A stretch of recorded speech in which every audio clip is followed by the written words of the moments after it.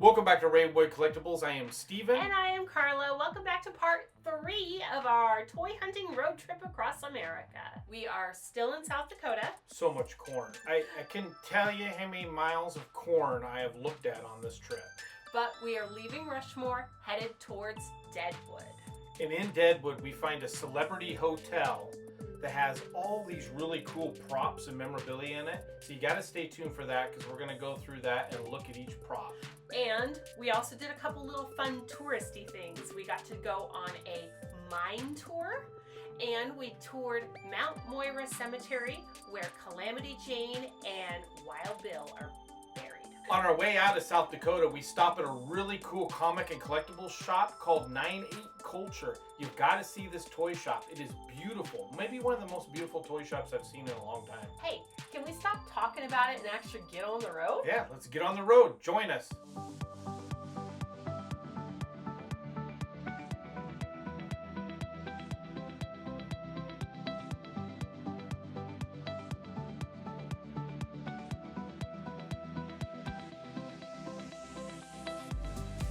Deadwood, South Dakota.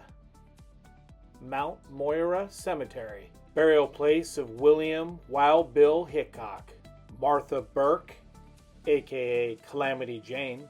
American frontiersman, business proprietor, politician, sheriff, and U.S. Marshal Seth Bullock and his wife Martha. So right downtown next to the Bullock Hotel is the Celebrity Hotel, which has numerous original movie props in it, and Carla and I were shocked to walk in and see all this. Okay, starting off from the highly underrated 1997 sci-fi action movie Starship Troopers, we have a screen-used mobile infantry armor and a badass Merida carbine rifle. Here's a prop dagger from the 1982 movie Conan the Barbarian. Now this is one of two 44 Magnums made for the 1971 movie Dirty Harry. A silk shirt worn by legend Gene Hackman from the 1992 Western film Unforgiven. Here's another iconic shirt worn by superstar action hero Arnold Schwarzenegger from the 1994 movie True Lies. Easily in my top 10 movies of all time, here's a U.S. Ranger uniform used in the 1998 movie directed by Steven Spielberg, Saving Private Ryan. Hey look, another Steven Spielberg film. Here's an original used pirate costume and skateboard from the 1991 movie starring Dustin Hoffman and comedian legend Robin Williams, Hook. From swashbuckling action hero to the President of the United States, a screen-used suit from the 1997 movie starring Harrison Ford, Air Force One.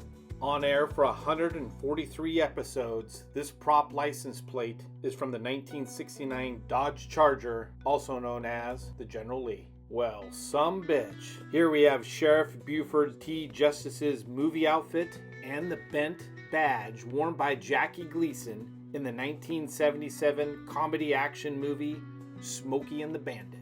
Another movie in my top 10, a screen-used Roman sword from the 2000 Ridley Scott directed movie starring Russell Crowe and Joaquin Phoenix, Gladiator. Nominated for 7 Oscars, a screen-used prisoner outfit from the 1994 movie starring Tim Robbins and Morgan Freeman, Shawshank Redemption. Directed by James Cameron, here's a motorcycle jacket and face appliance worn by Arnold Schwarzenegger in the 1991 movie Terminator 2: Judgment Day. We gotta go back in time to 1985 to remember this yellow jumpsuit worn by Michael J. Fox in the 1985 movie Back to the Future. Easily one of my top 3 actors of all time, an American legend, John Wayne. Here is the leather vest, shirt, and pants worn in the 1972 The Cowboys, 1973 The Train Robbers, and 1973 Cahill U.S. Marshal. Carla, Paige, and I have had a great day touring Deadwood and picking up a few souvenirs, but it's time to move on.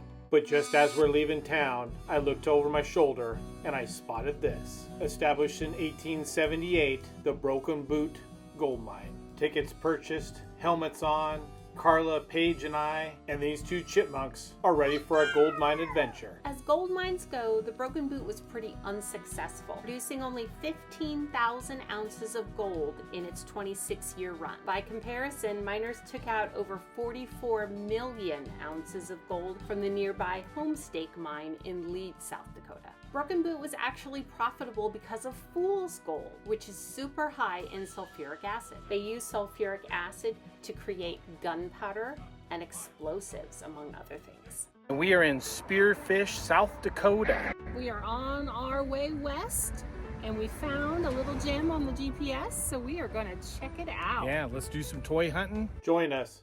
Maybe one of the classiest laid out, displayed toy stores that I've been into for a long, long time. A very good balance for that modern day collector, and then there's a section we'll get to of the vintage. But what a beautiful, unexpected treat to find this sitting here on our journey. Now this is an item I've been looking at for some time, the Elite Creature Collectibles Gizmo 2, a new batch maquette. That thing is awesome. It's bringing a pretty spendy price these days, so I think I'm gonna keep waiting. Take a look at this Aliens APC statue. This thing is badass. Nice selection of vintage turtles. Real nice selection of vintage Kenner Star Wars. There's a Kenner Ghostbusters Firehouse down there on the left. Looking at this now, I did miss that green Kenner lightsaber up there. Darn it. Looks like a nice graded Farm Boy Luke. Got a Yak Face at a 75. Leia Bosch is cool. I did have my eye on that Toy Center shelf talker from Kenner down there. I had my other eye on this vintage Slave 1 and Falcon sitting down here on the bottom shelf. We had a pretty nice G.I. Joe collection at one point. I did move on from it. Not opposed to going back at some point. Love that display stand for the Sky Striker. Looks like a vintage Optimus, vintage Megatron. Now that big hole back there on that shelf was a masked Rhino that actually I have at the counter and I'm looking at this point. I end up not picking it up, and I probably will kick myself for that because it was in really nice shape. The box was really good, so. A really nice selection of He-Man and Secret Wars, Thundar the Barbarian, and then you don't see it very often, but Clash of the Titans. Even though Carla and I didn't pick up anything, we had a really good time at 9/8 Culture, but it's time to hit the road. It's time to say goodbye to South Dakota and start heading through Wyoming. Growing up in the Pacific Northwest, I don't impress too easily with natural beauty, but I do have to say that Wyoming is stunning. Every corner that you go around is a beautiful vista, and the wildlife here is just absolutely amazing. We saw moose all over the roadways. It was crazy. I mean, look at those antlers. And then we got to see the most amazing thing. We were coming around a corner, and off to the side, we saw a mama moose with her adorable calf. It was so incredible to see these majestic creatures up close, but not too close. You don't want to make a mama moose mad. I take any opportunity to stop for a restroom break. Carla, Paige, and I decided to stretch our legs while we were there, and man, was it magnificent.